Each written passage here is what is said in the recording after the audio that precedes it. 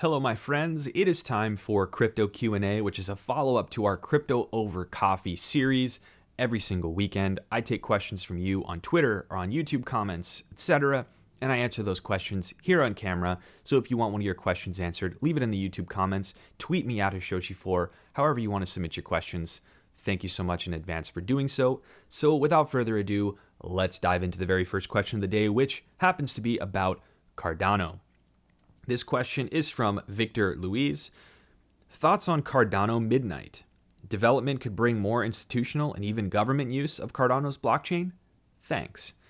So, with regard to your question, Victor, I think that Cardano Midnight, which is a new side chain or a blockchain that has its own security guarantees but is tightly interconnected with the Cardano mainnet, and this is focused on privacy. So you're going to have selective privacy, meaning I, as the owner of a wallet or a private key and public key pair, can decide who can see data that I publish to this blockchain or transactions that I do on this blockchain. But it is privacy by default, private by default. So Cardano Midnight is really a piece of the puzzle that is intended to enable broader use of the Cardano ecosystem. It's a primitive or a foundational component which is going to be critical to a handful of different things. First, it's going to be a major factor in the vision for Atala, Prism, this whole digital identity concept in the Cardano space. I've talked about digital identity before, a lot of potential, but only if done where the user is in control and there's privacy by default. So we don't need to debate that piece of it. We are probably in agreement on that. Privacy is very important in digital identity. So Cardano Midnight, I believe, is a fundamental play to enable digital identity. And Charles Hoskinson was just recently talking about how important digital identity is going to be to the survival of crypto. So this move starts to make even more sense. Okay, so I think we have some indicators of where this is going. Cardano Midnight is also a potential enabler for organizations. So yes, governments, sure, but mostly corporations and institutions to start using this technology more, because there's always going to be this piece of it where they want transparency and you want to do things on a public ledger, but there's also some element of privacy that's desired by these types of entities. And whether you think that's a good or bad thing, that's a totally separate debate. I think transparency should be the norm for corporations, but for individuals, privacy should be the norm. That seems fair to me, and that seems like it's the most sensible approach. A collection of individuals makes up a corporation. The corporate entity should have transparency by default, whereas the individual should have privacy by default. That's my philosophy. So I think Cardano Midnight, as a private by default platform that's very tightly connected with Cardano's mainnet, is going to be an enabler for the adoption of different types of applications that you don't really see happening on something like Ethereum, for example. And it's just another continuation of the very different approach that Cardano is taking to capturing market share in this space. So you're going to see less and less of a focus, hopefully from the community, on cannibalizing from Ethereum and other blockchains that are nothing like Cardano, and more creating your own native to Cardano type of applications. And you're already starting to see that. So from that perspective, it's very positive. I think it's a continuation of what we've already seen from Cardano, which is blazing its own path for better or for worse. And we'll have to see how this plays out. But Cardano Midnight, pretty exciting thing. Very excited to start using it. And I think the whole thing that people are trying to do with like arguing with Monero and all these other privacy coins, it's a waste of time. Don't bother. People are always going to have opinions. So don't bother arguing. It doesn't solve anything. So the next question is from Anthony F. This is from Twitter. Glad to have you back. Thanks. Glad to be back. How do you see the situation with Sam Bankman-Fried and Kevin O'Leary playing out? Do you see them, quote, hugging it out with BitBoy Crypto? So here's the thing. I am of the mind that the truth will out, right? It's one of those things where I have a feeling that as time goes on, as it usually does, more and more information will come out around Sam Bankman-Fried and what happened with FTX's collapse and Alameda Research's collapse.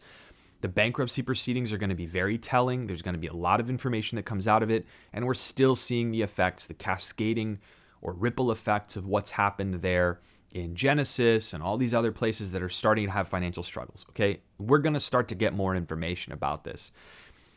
I think I'm of the mind that unless there is tangible public evidence that someone was involved in something, so whether it's the accusations that Sam Bankman-Fried was doing all sorts of nasty stuff through Solana, or the accusations that Kevin O'Leary was part of this somehow and is actually taking some action, to the detriment of retail investors, like without actual concrete evidence, without evidence that can be used and admissible in some court of law, it's completely conjecture at that point.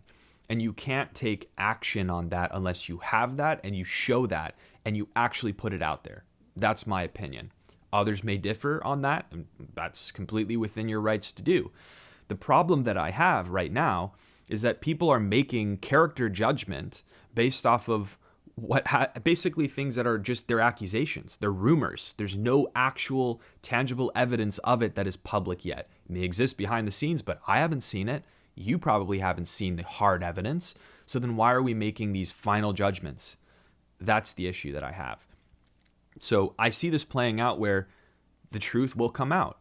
If there was actual involvement or there was actual activity, in line with the accusations that have been made against SBF or Kevin O'Leary, whatever, that we don't already know about. Obviously, we know Sam Bankman-Fried definitely has done some really, really bad things. But until we know the specifics and we have the evidence, we can't be, moving towards, definitively this happened and calling it truth, because it's just frankly not at that point in time. I don't think there's going to be any hug out between BitBoy and Sam Bankman-Fried and Kevin O'Leary. That ship has sailed, to be honest with you. Who knows how all that's going to play out? I don't get involved in that type of thing because that's just not my vibe. But what I will say overall, just to tie this up in a neat little bow, is that when you look at what's going on right now, you can make judgments based off of what people say. So Kevin O'Leary saying, I would probably invest in something that Sam Bankman-Fried does in the future. Yeah, I don't agree with that. I can judge that because that is indisputable. What we can't do is rush to conclusions, jump to conclusions, and based on rumor mill nonsense at this point, or without hard evidence, basically deciding guilt or innocence for people with regards to their involvement in very serious and grave types of accusations. So that's what I would be calling for, is if these folks there's hard evidence that these folks actually did X, Y, and Z that's being purported right now outside of what we already know happened and already know is done. If hard evidence comes out, they should be, prosecuted or held to accountability in whatever form or fashion is needed. But until then, I can't sit here and act like I have enough facts to make a hard and fast determination, particularly with regard to Kevin O'Leary. So that's just my philosophy. Feel free to disagree. This question is from Saul Fernandez Labrana. How can any centralized exchange or decentralized exchange that allows leverage maintain reserves when prices go parabolic and most traders are leveraged in the same direction? Perhaps we should all theoretically agree and accept that leverage is a platform or protocol killer and a broken design for scarcity protocols. I think you hit the nail on the head at the very end. I think that leverage is a platform or protocol killer, particularly when you have it so deeply ingrained in the fabric of the trading ecosystem and in a small market like crypto. The other problem is you have all these complexities like wrapped assets. And, if you look at FTX, for example, there were many examples they're playing with quite literally air money. It's like wrapped assets that never had any reserves whatsoever. And this is the big issue, is that in an unregulated Wild West, transparently untransparent market, leverage is not sustainable because, like you said, it's impossible to keep reserves on hand. And to an extent, you're never going to be able to accomplish that, first of all. So you said, how can they maintain reserves? There is no way to maintain reserves. No matter what you do in certain market conditions, just the very fabric, the very design of leverage and these sorts of things means that you will not have reserves to cover everything. And that is a super, super huge issue. I'm always very reticent of saying to people, go ahead and use leverage, because I think that unless you are a very seasoned trader, you will get burned so quickly doing leverage that you will not even realize what's happened to you until it is far too late.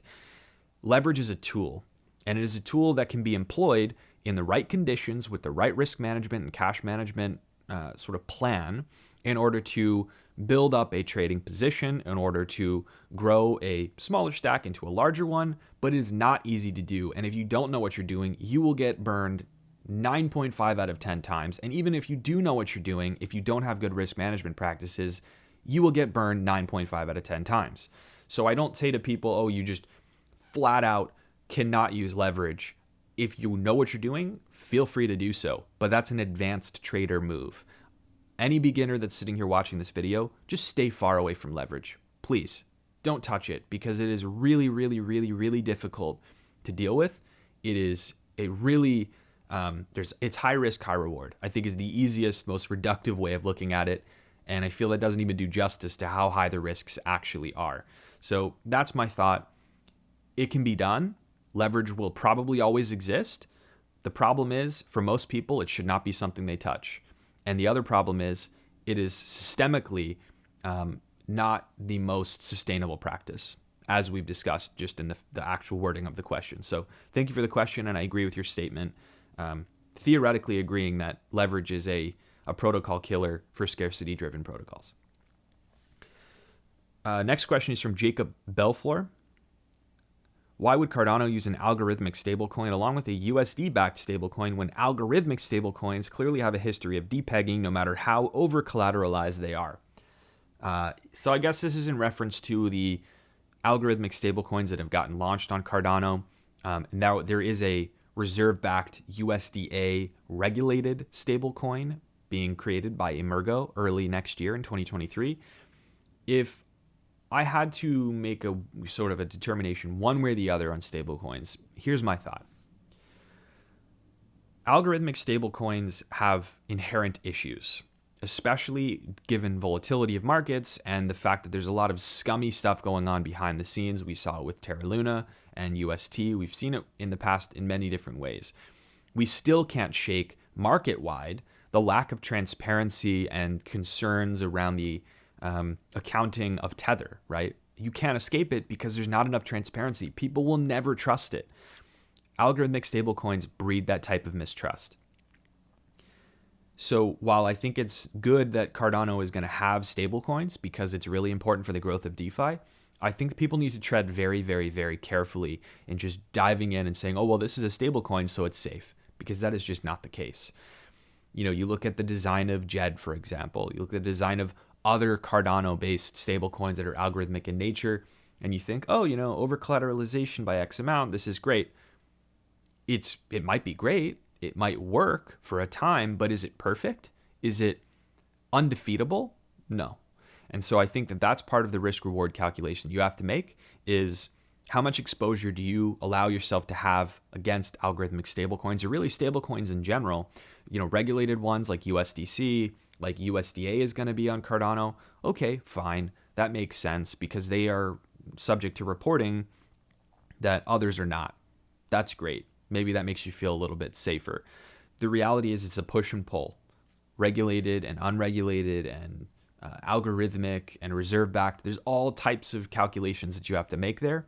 But what I would say is, yes, tread very carefully with regards to all of the algorithmic stablecoins, not just in Cardano, but around the overall crypto picture. Very important for you to be very careful with them. Let's see, what else do we got question-wise? You know what? I think the last question is this question that was clearly just a troll, but I think it's funny nonetheless. So we're going to answer it at the end this time, just so it's not bothering people being in the middle of the video. This is from Kirkham's on Twitter. Is it true that banana flavoring is based off an extinct variety of bananas? And you know what? You probably knew that I would know the answer to this question. I used to work as a prep cook, and we had a couple dishes that use banana flavoring in it. So I actually do know, because I'm a curious reader type, where the origin of this came from, at least based on what I've been able to read.